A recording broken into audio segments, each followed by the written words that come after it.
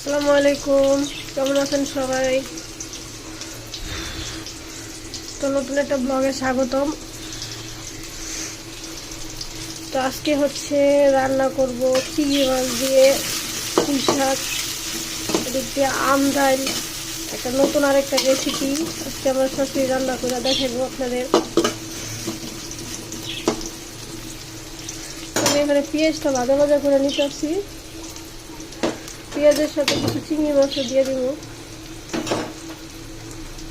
এই যে চিংড়ি মাছ, এখানে নাকি 100 টাকার চিংড়ি মাছ। বাবা, চিংড়ি মাছের যে দাম, কি কম আর। মতো গরিব করে চিংড়ি মাছ খাইতে গেলে কি যে একটা অবস্থা। তো যাই হোক, চিংড়ি মাছও উঠে না।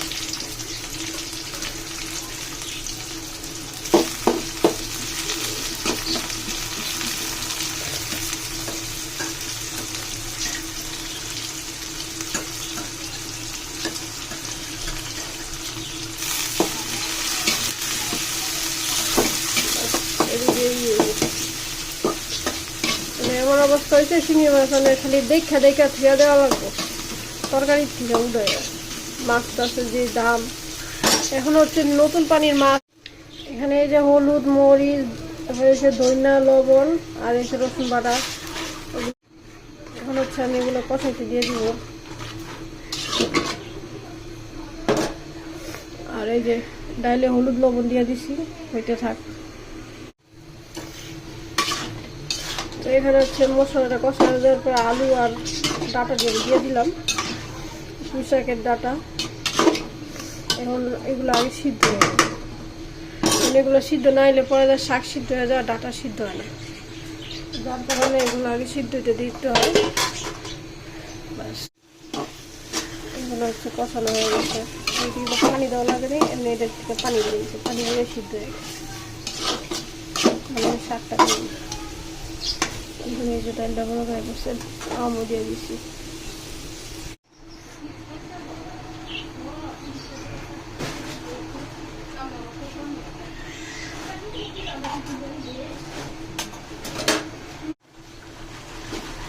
তো এখানে আমার হচ্ছে এই যে তরকারি রান্না শেষ, কিছু কাঁচামরিচও দিয়ে দিলাম।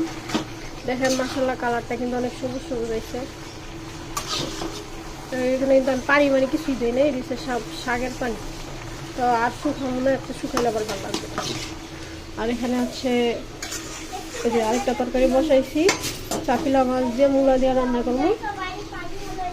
তো সব মশলা টসলা দিয়ে নিলাম, কষাই।